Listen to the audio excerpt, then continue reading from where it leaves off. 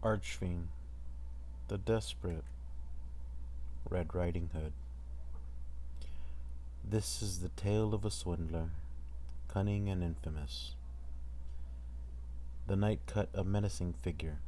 The sight of his weapon conjured images of rent flesh and the sound of snapping bone. His armor was no less imposing, forged in the shape of a jet black wolf. Its keen stare transfixed any prey it fell upon. Most opponents knelt, cowering at his feet before the first blade was drawn. More often than not, the Wolf Knight was victorious without even fighting. The lupin armor was the result of years of careful experimentation. If perfected, he knew it would serve as a fine weapon. In truth, it was his only weapon, or the only one he knew how to use. All his skill and effort went into his intimidation. In a word, he was a con man who worked the battlefield. He never had a master to teach him combat. He was orphaned before he knew his parents. Faces.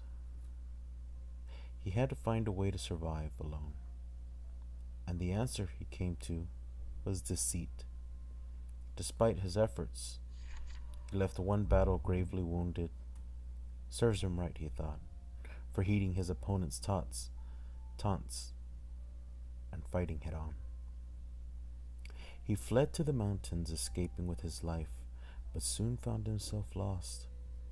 As his hunger grew, he felt death's creeping approach.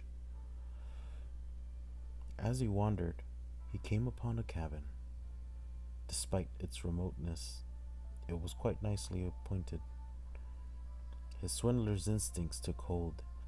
If there was someone inside, anyone, he knew he could fool them. Within the cabin lived an old woman. Face hidden by his helm, the Wolf Knight demanded she bring him food. He kept his voice a low growl, icy cold, with just a hint of madness. It was a tone he practiced for years. Put another way, it was the only tone he knew how to strike with others. After a moment he spent nonplussed, the old woman hurried to prepare a meal.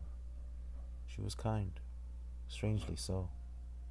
The Wolf Knight assumed he'd cowed her into submission. He decided to capitalize on her fear and extend his stay there. Just as he hoped, she prepared feast after feast for him.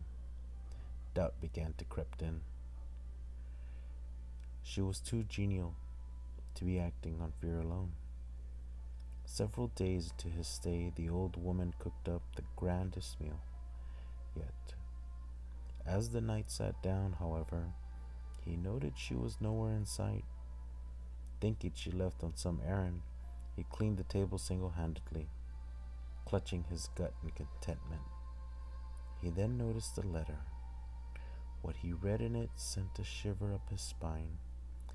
The old woman's provisions had run out, so she'd fashioned this final meal from her own flesh. The warm, heavy weight now in his belly was his erstwhile host.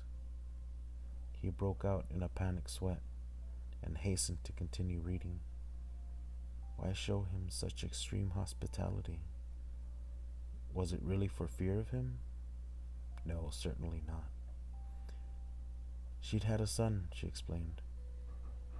Though they had been parted many years ago, the Wolf Knight was the spitting image of her boy, full grown. It was all there in her letter. She couldn't help but think of him as her son, or bear the thought of her child going hungry. In the end, she was happy, as if she'd been reunited at last. Amid her talk of the child she'd lost, she gave the boy's name. The knight cried out, for the name she'd written was his own. Not the alias he'd given her, but the true name he'd kept hidden. Then she was his. An orphan all his life, he'd finally met his mother and devoured her. He imagined his parents' faces countless times.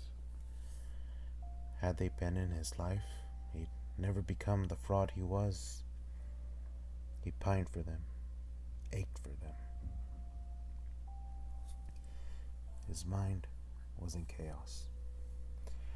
This was surely some nightmare. His mother lay in his belly now, being digested. He tried to vomit her up, yet no matter how many times he retched, he could not purge the guilt that clung to his gut.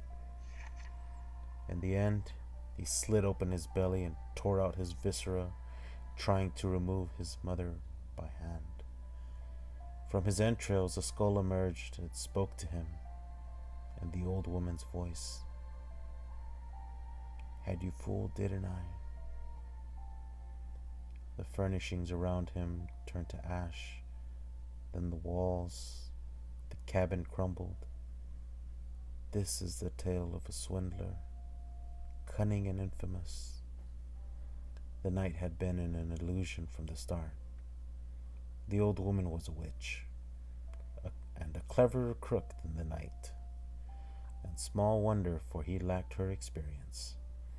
She'd had a dozen lifetimes to practice her schemes. She lured others into consuming her, and then claimed their bodies, passing from host to host forever, the immortal Red Hood. Even in this world ruled by sorcery, few are those who'd find unending life. She was a proud exception.